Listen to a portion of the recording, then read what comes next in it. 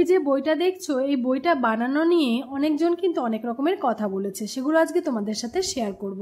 তার আগে দেখে নাও, একটা স্কোয়ার শেপের কেক আমি ক্রাম্প কোট করে ফ্রিজে রেখে দিয়েছিলাম, সেটারই একটা অংশ কেটে নিয়ে সেইটা নিচে জুড়ে দিয়ে আমি একটা রেক্ট্যাঙ্গুলার শেপ বানিয়ে নিচ্ছি। যেহেতু বইটা রেক্ট্যাঙ্গুলার শেপের করব, সেজন্য বানিয়ে নিচ্ছি। তোমরা ভিডিওটা ভালো করে দেখতে থাকো, তো ভালোভাবেই বোঝা যাবে কিভাবে বানিয়েছি।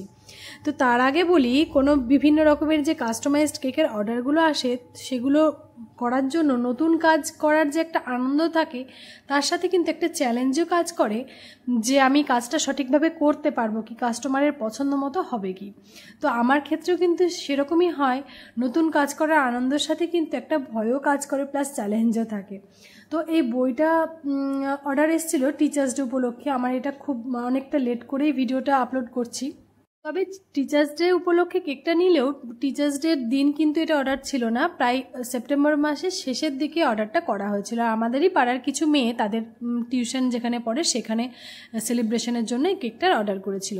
কেকটার যে বইটা বানাচ্ছি, সেই বইয়ের কভার পেজটা আমি করেছি একটা সি গ্রিন কালার করে। এই কালারটা করার জন্য সামান্য পরিমাণে স্কাই ব্লু, তার সাথে সামান্য পরিমাণে গ্রিন এবং সামান্য পরিমাণে লেমন ইয়েলো কালার, 3 রকমই কালারই খুব সামান্য পরিমাণে মিশিয়ে আমি কালারটা করেছি।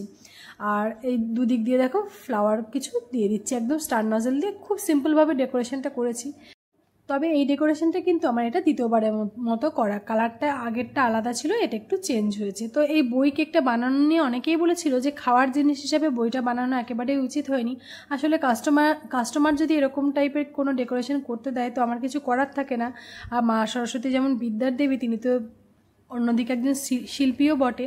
তো সেক্ষেত্রে আমার মনে হয় না উনি রাগ করবেন। শিল্পীর তো কাজই বিভিন্ন রকমভাবে তার কাজকে ফুটিয়ে তোলা। তোমাদের ভিডিওটা কেমন লেগেছে অবশ্যই কমেন্ট করে জানিও। ভালো লাগলে একটা লাইক আর চ্যানেলটিকে সাবস্ক্রাইব করে রেখো।